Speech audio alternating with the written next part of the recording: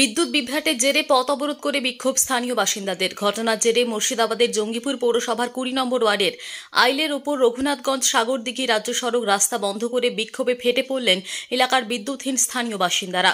সূত্র মারফত খবর, এই তীব্র দাবদাহের মধ্যে এমনিতেই নাজেহাল রয়েছেন সাধারণ মানুষ। তার উপরে গত 4 দিন থেকে ইলেকট্রিক ট্রান্সফরমার কারণে বিদ্যুৎ পরিষেবা থেকে বঞ্চিত জঙ্গিপুর 20 নম্বর ওয়ার্ডের মানুষ।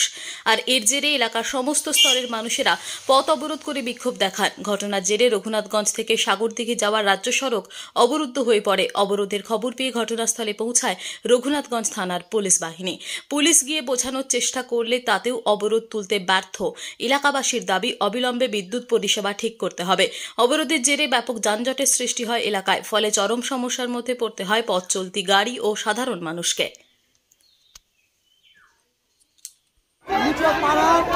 চার দিন থেকে কারেন্ট নাই, আমরা এসআইয়ের কাছে ছিলাম। এসআই সাহেব বলছে কুট্টি পাট্টি মেরে দিচ্ছে। আজ আমাদের ট্রান্সমিটার দেখতে পেয়েছেন, লোডশেডিং আনতে পারছে না, এখানে বড় ট্রান্সমিটার লাগবে। আমাদের বাচ্চা ছেলেগুলো সব স্কুলে যেতে পারছে না। আজকে আমরা কষ্টে গরমে মরছি, 4 দিন থেকে ঠিকভাবে ঘুমাতে পারছি না, কলে জল উঠছে না। বিদ্যুৎ মন্ত্রী এখানে আমাদের থাকাকালীন কোনো কাজ হয় না। চেয়ারম্যান সাহেব কদিন থেকে লাইন নেই? 4 দিন থেকে 4 দিন থেকে আমরা সবারই কাছে এটা তুলে দেন। আগুন লেগে গেছে, আগুন লেগে গেছে, তার সমাধান কিছু হয়নি।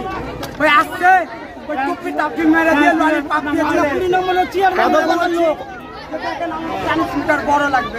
কতক্ষণ ধরে পথ অবরোধ করে আছে? 2 ঘন্টা। এখন পর্যন্ত কোনো এমপি আসেনি, এমএলএ আসেনি। এখন অব্দি কেউ আমাদেরকে কোনো শুরুয়াত দেয়নি। আমাদের যতক্ষণ নতুন ট্রান্সমিটার বসছে, আমাদের কঠোরভাবে আন্দোলন চলবে। আমরা আরো কঠোরভাবে NH 34 থেকে আন্দোলন করব এবং পথ অবরোধ করব, আমাদের যতক্ষণ না সমাধান হবে। কতক্ষণ ধরে পথ অবরোধ করে রেখেছেন? 2 ঘন্টা ধরে পথ অবরোধ চলছে। 2 ঘন্টা ধরে। কি নাম আপনার? আমার নাম সানিউল শেখ। কিসের জন্য বিক্ষোভ দেখাচ্ছে? কিসের জন্য বিক্ষোভ? কিসের জন্য? কি হয়েছে? জল পাই না,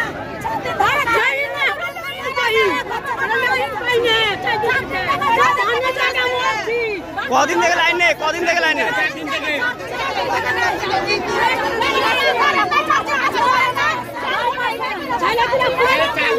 দাঁড়িয়ে আছে।